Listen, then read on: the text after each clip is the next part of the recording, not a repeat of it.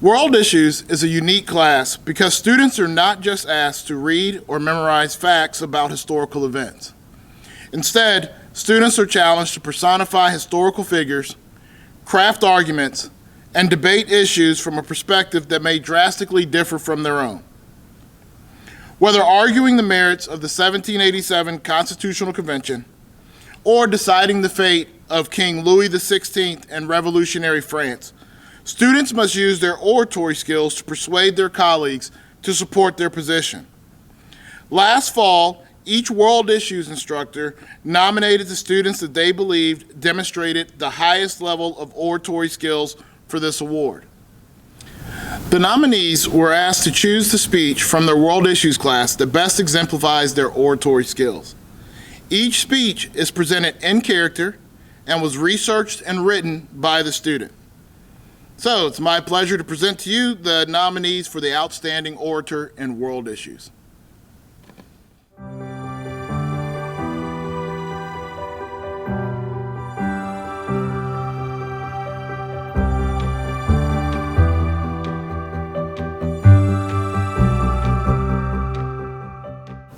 Citizens of Paris, you riot today because you feel that your voice is not being heard. You want change, and you believe that this is the only way for you to force action. But this is not the case. There are members of this assembly, myself included, that will listen to your demands in a civil and professional manner. You just have to give them the chance.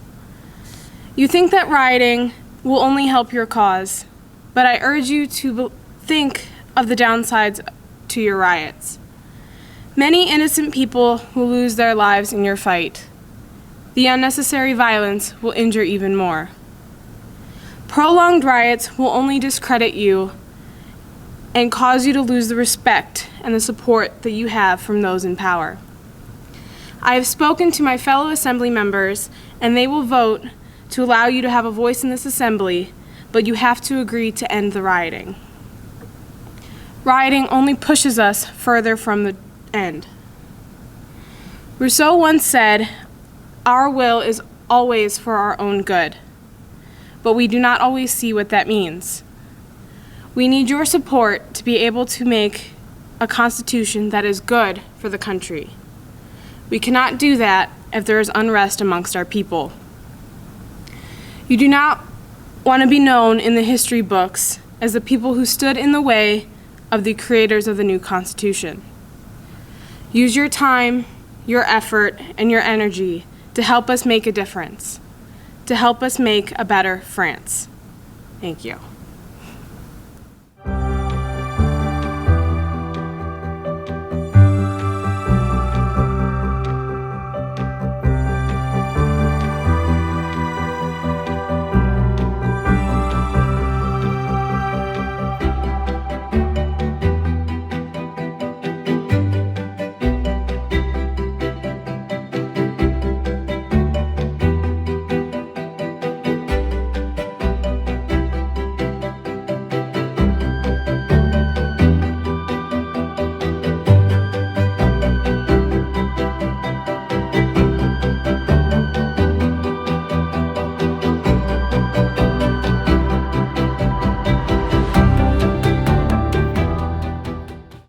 The issue of representation has been debated since the creation of civilizations and governments.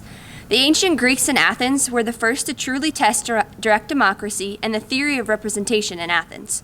However, the Greeks soon learned that direct democracy and direct representation were not ideal for a large republic.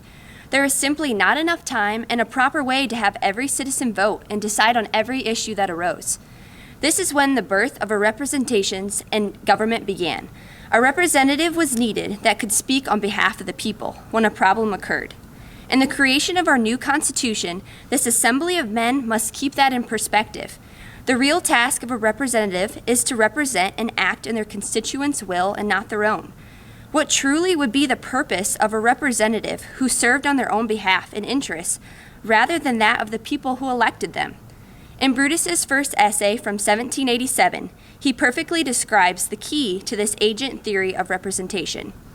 Brutus argues that without this form of representation, there can truly be no such thing as self-governing when he states, "In a free republic, although all laws are derived from the consent of the people, yet the people do not declare their consent by themselves in person, but by representatives chosen by them who are supposed to know the minds of their constituents and to be possessed of integrity to declare this mind. In every free government, this must come from the people must give their consent to the laws by which they are governed. This is the true criterion between a free government and an arbitrary one. If we genuinely want to create a free, lasting, and trustworthy government, we must ensure that representatives' laws and actions are the ones that people would make. If not, there would be no self-governing and no true and free government. By promoting the agent theory of representation in our new government, we can ensure that representatives will be bound to the people's opinions, not their own, and be accountable to their needs. Brothers, as we know all too well from our past in England and from our corrupt past leaders, all power can lead to corruption. Establishing a government that allows representatives to speak and act on their own opinions will indeed again lead to this corruption we have known all too well. Some may argue that we will not have to worry about representatives because the people will elect representatives who have experience and expertise with policy. Representatives will know what is best for the people and can be trusted to act in the way they know is best. But don't be fooled by this, brethren, by this language, because as we know, leaders must be held accountable and power must be kept in check. In England, we were forced to listen to so-called expertise, and a king who said he knew what was best and acted in our best interest. We must not make the same mistake in our new government, and we must value integrity in our representatives over so-called expertise and experience. We must choose to set up a free and true government that respects and reflects our people's wants and needs. We can do this by promoting country republicanism and the agent theory of representation. This must start with representatives who should be bound to their constituents and act in their place.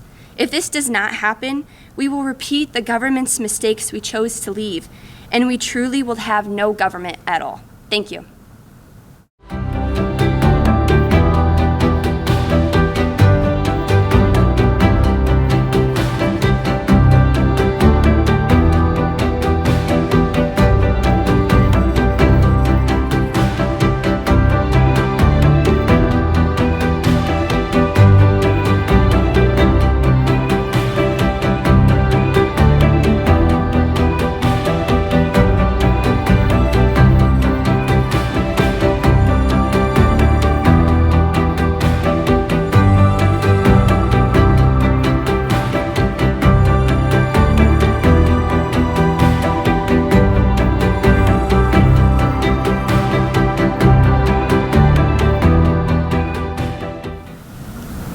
The section leaders of Paris will see that King Louis XVI be put on trial for his crimes against the people. We find you guilty of treason. You encourage foreign nations to invade, which is a clear crime against your own people. The National Assembly is the goodwill of the people. The veto blatantly ignores the goodwill of the people. Supporting feudalism blatantly ignores the voice of the people. To further this, you are not even using your undeserved power for good. 98% of your people are out on the streets without bread, yet you sit high and mighty in your palace eating cake. And you say you are for the people, yet you spit in our faces. Additionally, under crimes against the people, you changed your monarchy to a dictatorship with a traitor of your own country. Yet you still expect us to put our trust in you? I think not. Furthermore, your allegiance is obviously with other countries. You go crying to them and ask them to help you kill your own people. The Austrian monarchy is your wife and first cousin's family, and you have gone to them to ask for help to kill their own people in avoidance of their voice. We find you guilty of conspiracy. You have conspired with the traitorous Lafayette, who has fled his own people in order to fight against them. We cannot trust you when Lafayette has proven himself to be a traitor and will helping you. You cannot hide. We know you are power hungry. Lafayette already exposed your plans of creating a dictatorship through the use of foreign powers. In the words of the great Lafayette, so you understand, we, referring to you and Lafayette, have a dictatorship now. You have plans to abandon your own people. We received a letter from a trusted comrade of yours warning us of your plans to leave the country. You act high and mighty like you have your country's best interest in mind, which is why you say you deserve the veto, which is why you say you deserve the power, yet you plan to leave the country for a second time. Obviously, you feel that Italy will protect you. Why would your allegiance not be there? You claim to have been born for France. However, when the people take strides to make France a new world power through the minds of all the citizens of France, you feel unsafe and attempt to flee. Fishy, isn't it? As France improves itself, you feel unsafe. We find you guilty of attempts against the general safety of the state. You value the blood of France be spilled over rather than give up your power. You have no one's safety in mind but your own. A holy war would spill the blood of all citizens of France in order to keep yourself in power and not for the good of France. Conservatives, flamboyants, Jacobins, and section leaders alike would all have our blood spilled over the streets of France, and you would let it happen in order to keep that crown on your head and that cake in your belly. You are not protecting France from foreign powers. You are keeping the poor poor while refusing to listen to their bellowing voices as they plead for help before they die of starvation. We find you guilty of excessive use of power. Use the king's veto when the people had already decided against the veto. How are we supposed to trust that you have the country's best interest in mind when the National Assembly, the general will of the people of France, votes on something, you decide to delay the process, but instead of using that time, you put a holy war into place, which threatened the very existence of not just one or a handful of citizens of France, but over every single citizen of France that you are willing to spill the blood of over in order to keep yourself in power. Jean-Jacques Rousseau states, "Man is good and spoiled only by society. Everyone is made equal. You did not even earn your title, you were merely born into it. You have proven that no amount of training can harbor a good king. You are a citizen of France just like everyone else, and pretending that you are anything else is disgusting to the people and the goodwill of France. We find you guilty of leading France into poverty. You refuse to end feudalism, as proven through the veto, as well as refuse to end passive and active citizenship. Why keep your poor poor? Bad economic decision. The people have started this revolution because we are starving. We have fought far too long and hard to let an abusive king keep the bread and wealth, mind you, at the top of the social pyramid. By denying the end of feudalism, you have not only starved your country physically, but also starved them of opportunity and freedom. They cannot contribute to the economy under the boot of oppression via taxes if you do not give them the chance to equity. King Louis XVI must be found guilty of his crimes, as he is a blatant danger to the goodwill of France, our country. He must be put to death."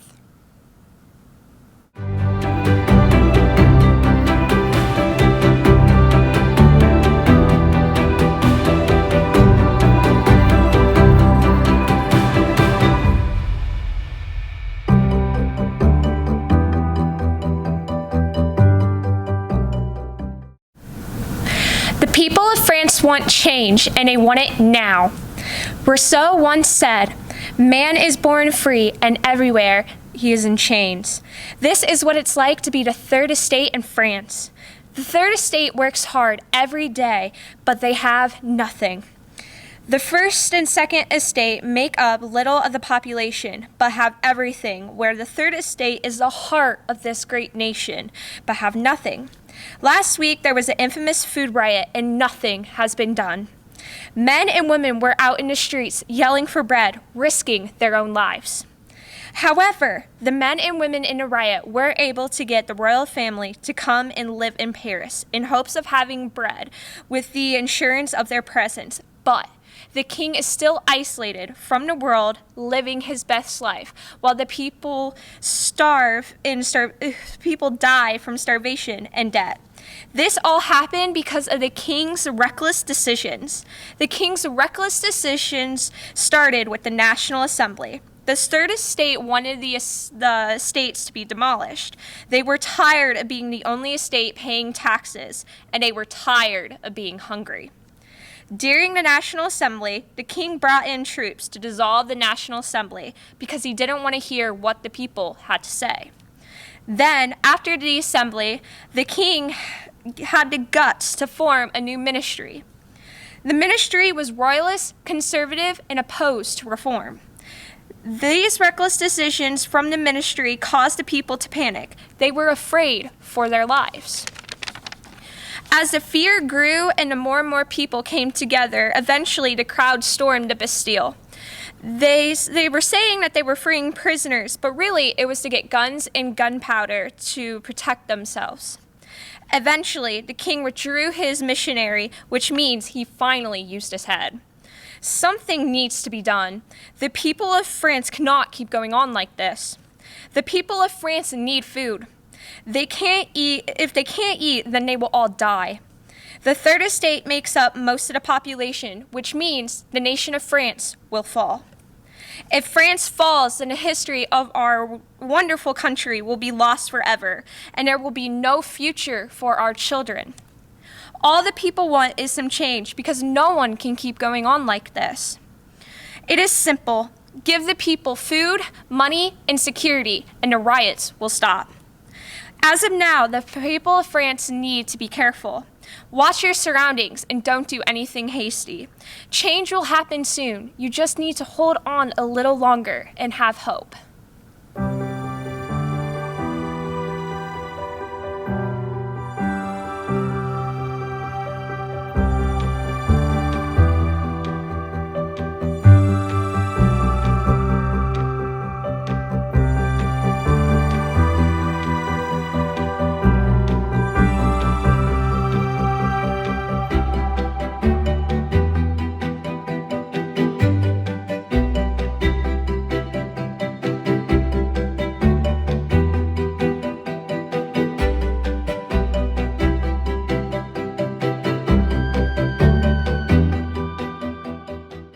Feudalism is an outdated practice used during the Middle Ages to keep royalty in power and the common person in chains.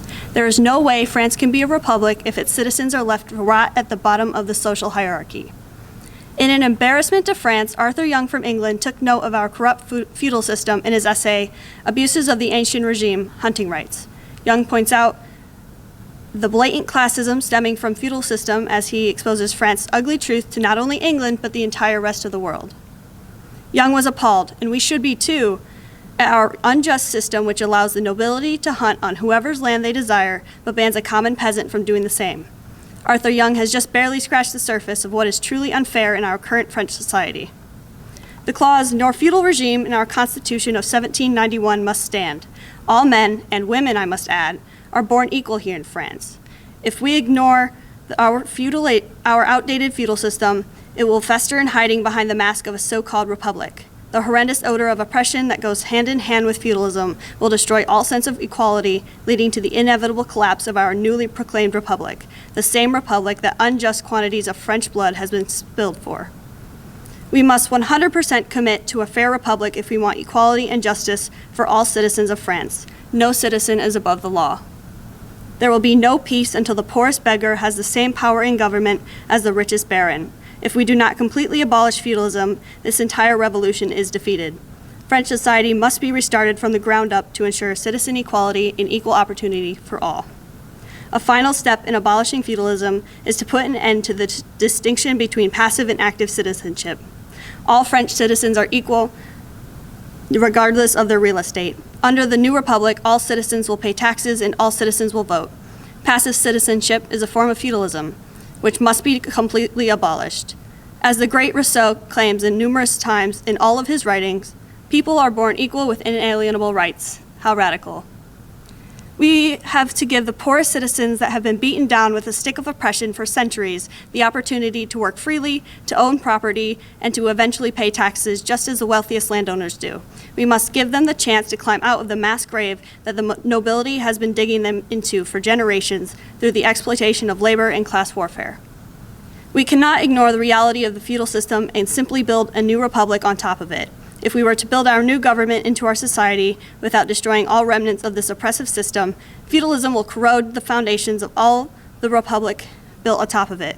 This would be that same republic that so many French patriots gave their lives for, all of them hoping that the future generations would further fight to establish equality. All of our work will become undone. There is no middle ground, there is no compromise here. Either feudalism is completely destroyed or the citizens of France will remain in chains forever.